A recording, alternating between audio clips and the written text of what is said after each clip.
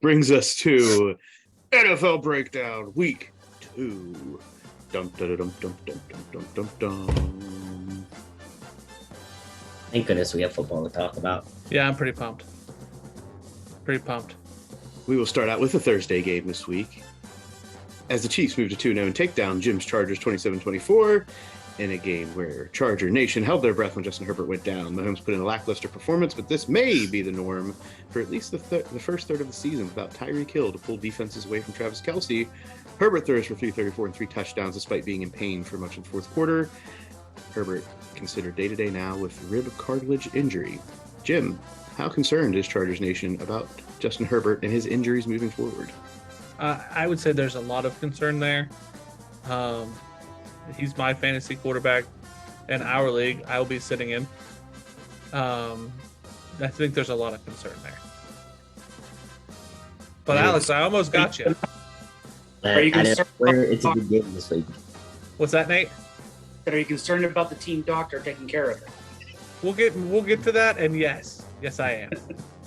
Who was his Chargers backup? Chase Daniel. Oh yeah. Okay. Sure. Sure, Chip's not a fan.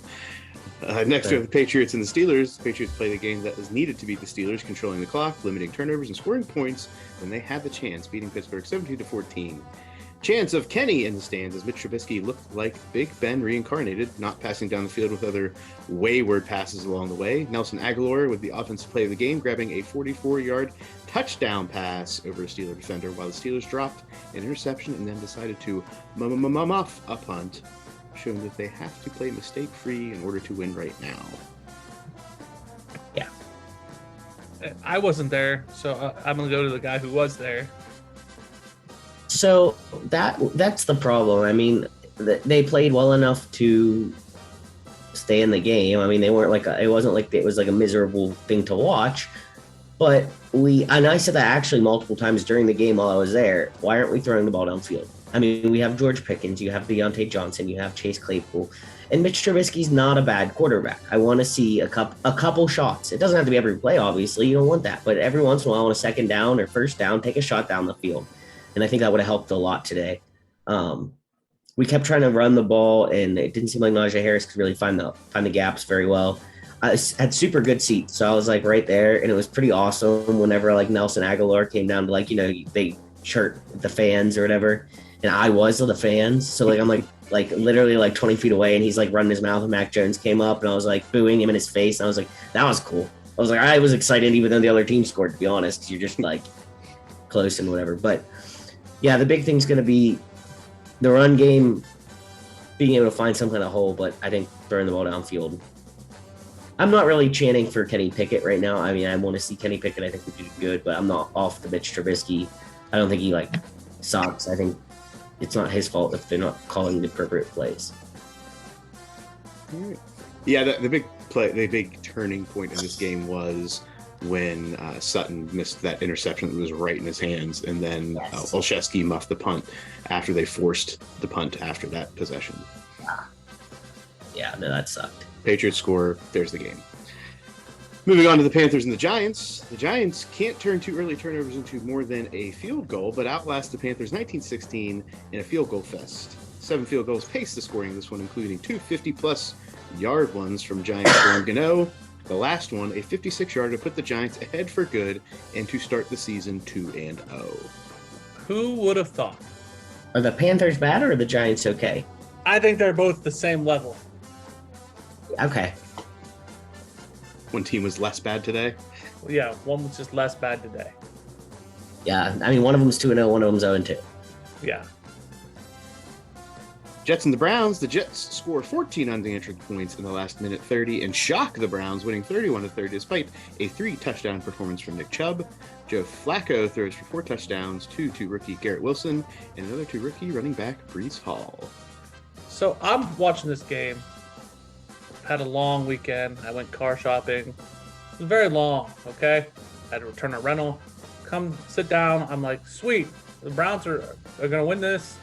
In hand. My fantasy team's got Nick Chubb. He is rolling. I fall asleep. Midway through the third quarter. I wake up, the game's over. I'm like, oh, the Browns must have won that. scrolling through. What in the hell? How did that happen? So I will say Garrett Wilson is phenomenal. He looks fantastic. And I know he's a Ohio State and I'm a Ohio State homer. Yeah, but like, it is good. what a bright, shining star on a shit team. Joe Falco, whatever you want to call him. Flacco. He is like hot and cold. When he's on, man, he's the Joe we know. But when he is off, woo. I think he's at age. I think that comes a lot. I've seen with like older quarterbacks. To be honest, it seems like when they're you like, oh yeah, back in old form. But when they start sucking, they can get out of the toilet quick. Right.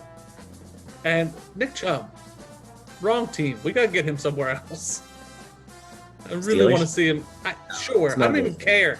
Steelers, Chargers, anywhere. Anywhere Good but grief. Cleveland. Yeah. And next we have the Colts Jaguars. The Jags recovered from last week's loss to the Commanders, shutting out the hapless Colts 24-0. Matt Ryan throws 3 interceptions without number 1 wide receiver Michael Pittman Jr. And Jonathan Taylor only totals 54 yards on 9 carries. Trevor Lawrence, on the other hand, tosses 2 touchdowns on 235 yards passing. What happened to Michael Pittman? I saw he was injured and then he wasn't playing. I don't know what the injury was, but that's what I saw. Sorry, I'm sorry. I missed a lot of like the day games because I was at the other.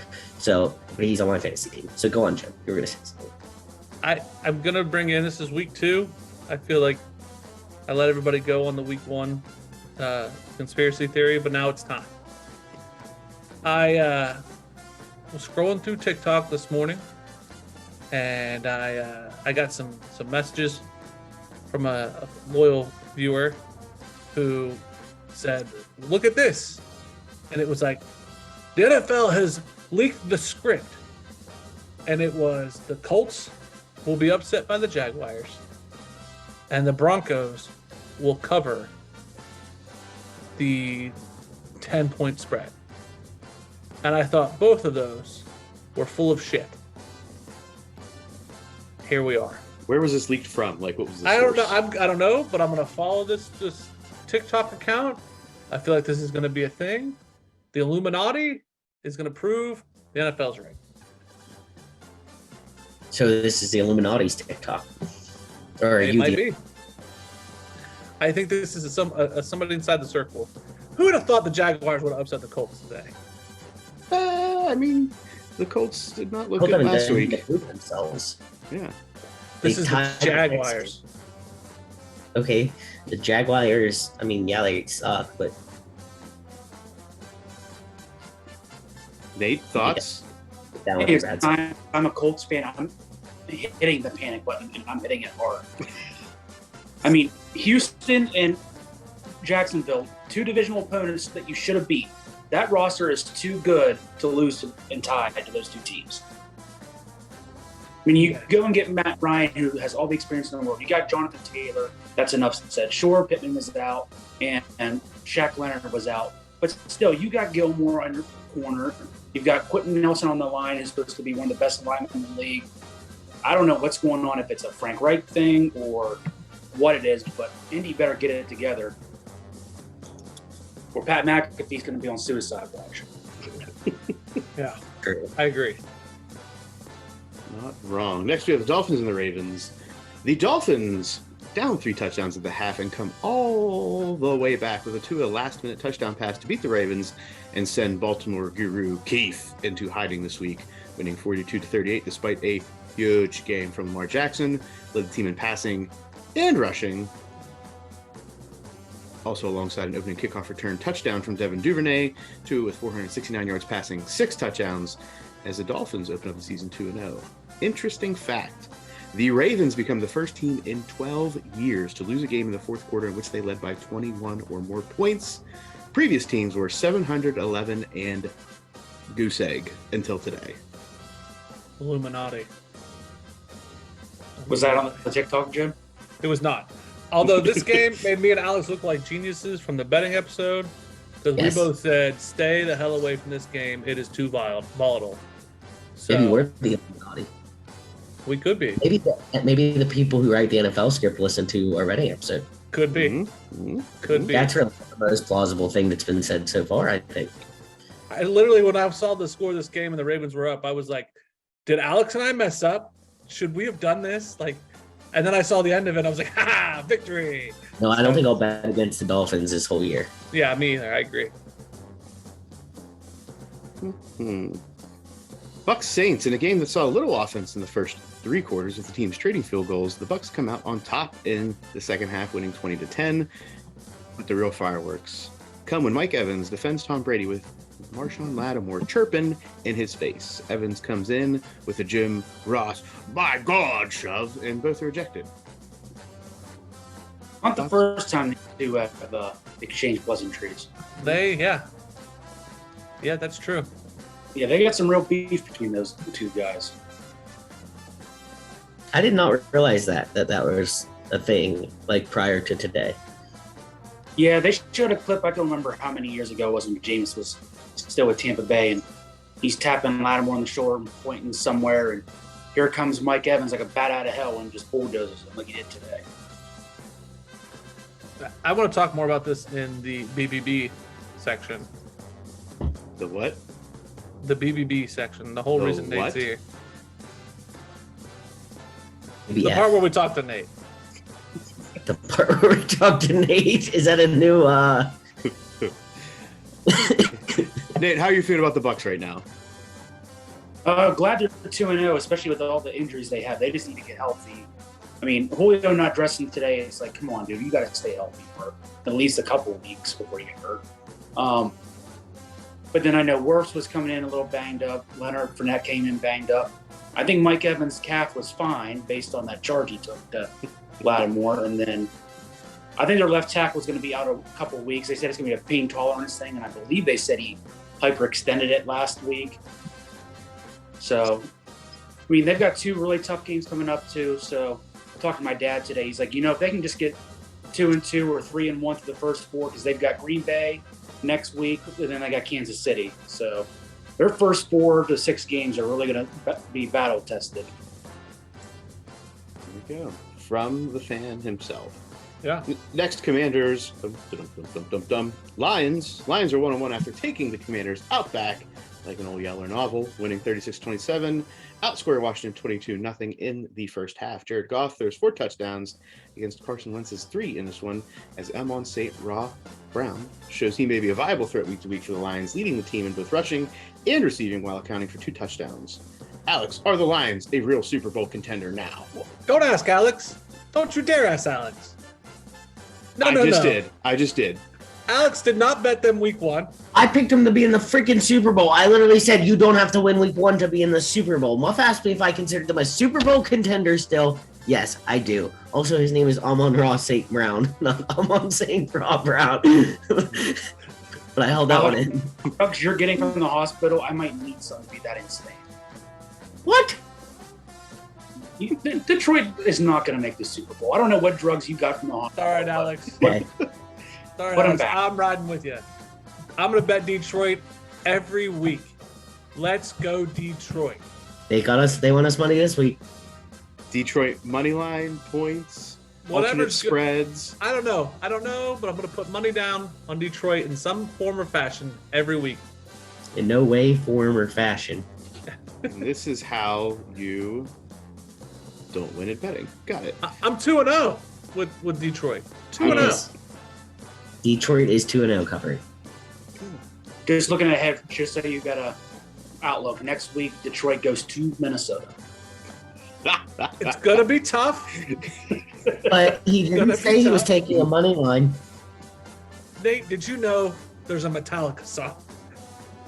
Just a song? Yes, I knew there was a Metallica song. And that's what that coach uses, is Metallica motivation. Okay? And that's what we're going to do. Metallica motivation. That's what we're going to do. Ooh, speaking of some people that need Metallica motivation, Seahawks Niners. Trey Lance goes down early in this one with an ankle injury that appears will keep him out for the season. Yeah, he's But- going to have surgery. San Fran has to be counting like stars. They held on to Jimmy G, who comes out and does what he does, guiding the 49ers to a victory 27-7. Was this a Gumby injury? Did they actually see the play? Because I just saw him coming off the field. Is all I No, saw. Yeah.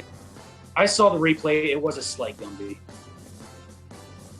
He probably is I saw they said they put his right leg in an air cast before they took him off the field. Yucky. That will do. usually it. they're a little floppy when that happens. Alex, how'd Geno Smith do? I don't know what his stat line was, but it wasn't good the first time I looked. I mean, obviously, they did not win. I looked early. Who Again, didn't was win? driving. The Seahawks with Seattle? Geno Smith. Oh, okay. Hold on. We have the line was 197 yards. Not bad. 24 for 30, 197 yards, 1 interception, sacked twice. There it is, folks. I'll take it. That's a Big Ben line.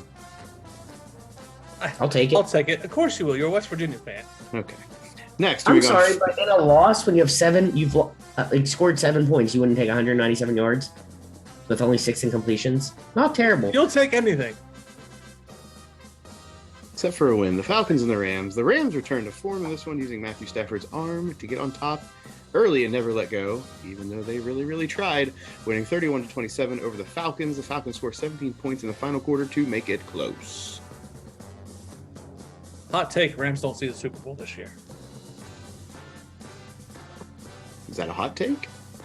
Well, we all had the Rams, did we not? No, I had the Bills. Mine was Bills Lions. I think it was Yeah, the Bills. I think we had the Bills. You're right. I take that all back. We had Well, the the Bills. Bills are on the other side. Yep. So Bills versus Rams is the viable option. I'm No. pretty sure we'll have to go back to the records. I'm pretty sure we were on the Rams, Muff, me and you. The Bills and the Rams in Yeah, I'm the pretty Super Bowl. sure. So it is kind of a hot take if I say they're not making it. I hate when there's like they don't tell me what the actual injury is. It just says broken ankle. I want to know like the beats. Sorry. That's for all the dumb people in medical talk out there, Alex. Broken ankle, good enough for us. Not Yeah. for me. Get We're one. gonna have 2 games back. I know. Sorry. Cardinals versus Raiders. Raiders. Muff, The Raiders score early and often, getting out to a 20-0 halftime lead against the FaZe Clan, or Cardinals, for all of those who don't follow Kyler Murray in his gaming endeavor. But Murray does play Call of Duty joystick action in the second half and forces overtime against the Raiders 23-23 before the Cardinals force a fumble on a Hunter Renfrow completion inside field goal range, winning 29-23 despite an almost not top 10 moment by Byron Murphy Jr. as he almost lets go of the ball before crossing the goal line on the game-winning touchdown in overtime. Cardinals, covering machines. Do we owe Muff an apology, or are we just gonna move on? I'm just gonna move on. He got Well, lucky that time. I'll get the Dude, apology. did you in the see betting Kyle- show. What? I will get the apology in the betting show. That's true. Did you see the Murray scramble for the 2-point conversion? 20 seconds. Yeah. 20 seconds. The stat people like broke it down. He ran 84 yards, but with his scrambling. Was that a 2-point play or was that the touchdown? Because both of them he scrambled. The first 2-point conversion. Yeah, there were two 2-point conversions, Nate. This was the first one where he ran 84 yards. And then he scrambled for the touchdown, but that wasn't 20 seconds worth of scrambling.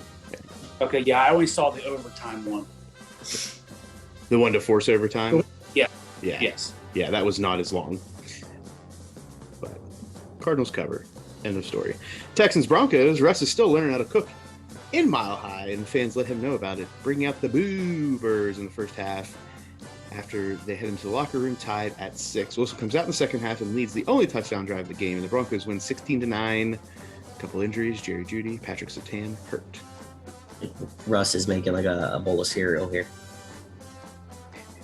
He's trying to grill ramen at Mile High. Yeah, he's not gourmet right now. You know what I mean? Well, and he and the rest of Denver need to realize that's not Peyton Manning walking back in as a new quarterback. It's Russell Wilson. Amen. Jerry Jeudy and Patrick Surtain are hurt. What kind of hurt are they, Jim? They got shoulder injuries, both of them. Are these significant shoulder injuries? I believe so. Especially Judy, I believe, is definitely significant. There is the curse of the Denver wide receivers coming back again. Yes. Yes. Bengals, Cowboys. Cincinnati still can't protect Joe Burrow, and it's starting to become a big problem as they can't notch any first half touchdowns. The Cowboys Huge. Huge. 17-3 lead into halftime, surviving a late surge by the Bengals, who start the season 0-2. Cowboys win 2017 on a last-second field goal drive led by Prescott's replacement, Cooper Rush. This is another team that needs to smash that panic button. Yes. The Bengals? Yes. I disagree. How many sacks is that they've given up in 2 games? Is that 12, 13, 14? I don't think it's a panic button yet. They had, the last time I had checked, they had 6 sacks in the third quarter. I think if the week 3 is the same thing, panic button. I'm giving them one more week to get their shit together. Okay. Well, looking ahead, they play the Jets next week. Yeah, so it's gonna be a breather. Hopefully. Hopefully. A little breathing week. And then they'll get the motor running. So there are some very, very good stats out there that teams that start the season 0-2 have a very, very slim chance of not just winning a division, but also making the playoffs and progressing in the playoffs. So panic button, hit it hard, Jim. I mean, they played the Steelers and the Cowboys. That's 2 killer defenses to come up against. Oh, so the Steelers have a killer defense? Yeah, I'm not knocking that. Have I ever talked shit on the Steelers defense? Not sure. Can't recall a Can't time. remember. So Thank you. yeah. And Micah Parsons, Penn State product. There we go, Jim. Way to go. Fair enough. Pennsylvania. So that wraps up Thursday and Sunday slate. As we typically do, live looking at the Bears Packers. Nate, how we looking? We are currently on a commercial break with Chicago just scoring to go up 7-3. You want to talk about panic button? Let's see the Pack lose this one. Fingers crossed. Yeah, if they lose this one, I think it is time to panic. And Bakhtiari is still out. So basically, everyone who's 0-2, Nate has said we'll hit the panic button. Yes. They thought they would be contenders this year, yes. Other teams that didn't expect to be contenders. Speaking of teams that aren't going to, I sent you guys this before. So Jaguars, Jets, Lions, Giants all win today. So again, not 0-2. It's the first time in 3,934 days that all these teams have won on the same day. Wow. The Illuminati. Pretty intense. So we have 12 years that the Ravens screwed up, and then you have about 11-year stint with that stat right there. So if you going back for a split second to the Dolphins, because I forgot that I had written this statistic down, I wanted to bring it up. Tyreek Hill, Jalen Waddle. This is why I won't bet against the Miami Dolphins this year. Their line today was 22 catches, 361 yards, and 4 touchdowns between just the 2 of them. There we go. Crazy. Monday night preview. We have 2 Monday night games this week. Titans, Bills, Vikings, Eagles. How are we feeling about the Titans, Bills game? Nate. The Bills look the way they did last Thursday night. Give me the Bills to cover that 10 points easy. Yeah, I have money on the Bills covering. Jim? Yeah, I'm probably going to hit up Muffnack. If I end up losing, I should probably hit up Muffnack, put a little money on there, get some money back. If Jim's going to bet on it, I don't want any part of it. That's fair. Vikings, Eagles. I think I have a bet. I have a bet. I thought it was a best bet, but it's not on the under in this game. It was not on my slate, so I put the bet down. What was it? Do you remember? I got it at like 49 and a half, and it's at 47 and a half now. People agree with you. People, I was on the correct side of that line movement. Other Monday night action, we have the Vikings taking on the Eagles. I think it's a sneaky good game. Yeah, no, I agree. I wouldn't touch this betting wise, probably, especially with the lines, but I think it'd be a good game to watch. Let's go Vikings.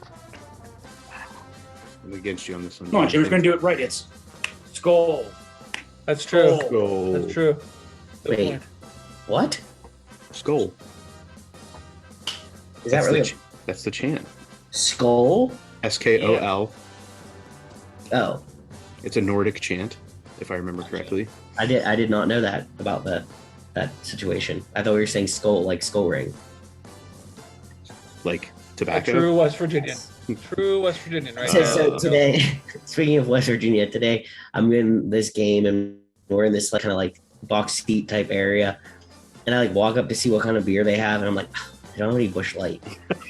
And my friend Caitlin was like, we're in the Champions Club, like you do not need a Busch Light. I'm like, okay, you're right, I'll find something else. So I get something else, and then we go in, and she's like, she's like, I don't really want the rest of the soft pretzel, do you want it? And I was like, I'll take it and I'll save it. And I just like shoved it in my pocket, and she's like, we are not in Morgantown. I was like, what? I'm not gonna waste the freaking pretzel. I'm gonna put it in my cargo. Why you wear cargo pants? You ain't gonna store stuff in there for later. Guess That what? sounds I like- ate the rest.